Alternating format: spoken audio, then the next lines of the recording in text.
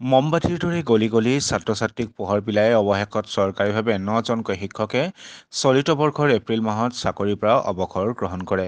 অৱসৰ গ্ৰহণ কৰাৰ ৩ দিনৰ পাছতেই ডিব্ৰুগড় জিলাৰ প্ৰাথমিক শিক্ষা বিষয়াগৰাকীয়ে আনুষ্ঠানিকভাৱে যাৱতীয় নথি-পত্ৰ প্ৰদান কৰাৰ লগতে পেন্সনৰ সকলো ব্যৱস্থা কৰি দিয়ে।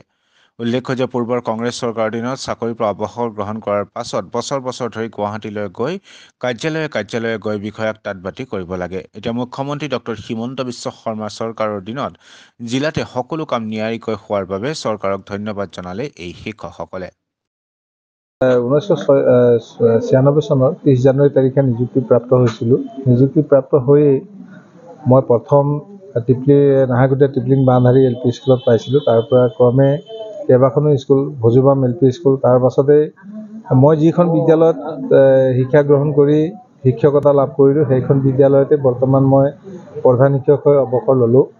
যে বিশেষকৈ মই অৱসৰ লোৱাৰ দিনটো মোৰ বৰ হৈছিল, খুব মই ভাগি পৰিছিলোঁ, যিহেতুকে মই পঢ়োৱা ল'ৰাবিলাক যিবিলাক আছে সকলোৱে ছাৰৰ বিদায় হ'ব বুলি জানি বিশেষকৈ বেংগলোৰত থকা কেইজনো ট্ৰেইনত টিকেট কৰি আহি সেইদিনাখনে মোক বাহিৰে তেওঁলোকে মোক বিদায় সম্ভাষণ জনাইছে।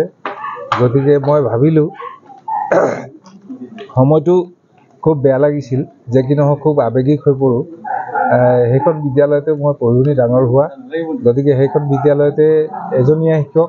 গতিকে মই ভাবিছোঁ বিভাগীয় কৰ্তৃপক্ষই বিশেষকৈ আৰু এজন শিক্ষক অনতিক্ৰমে দিয়াৰ ব্যৱস্থা কৰিব, যিহেতুকে এজনী শিক্ষয়িত্ৰীয়ে সেইখন বিদ্যালয়ত শিক্ষাদান কৰাটো অসম্ভৱ। যোৱাবাৰ তাৰ আগৰ বছৰো মোৰ বিদ্যালয়খনে A+ পাবলৈ সক্ষম হৈছিলোঁ গুণোৎসৱত। গতিকে সেই ধাৰাবাহিকতা বজাই ৰাখিবলৈ হ'লে আৰু এজন শিক্ষকৰ আৱশ্যকতা হ'ব।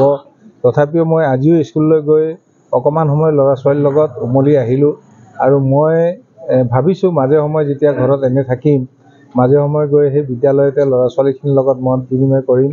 হয়তো কেনেকুৱা হৈছে পঢ়া শুনা, কেনেকুৱা হৈছে, হয়তো কোনোবা এটা শ্ৰেণীত পাঠদান হয়তো আগবঢ়াই আহিব পাৰিম বুলি মই আশা ৰাখিছোঁ। Thank U.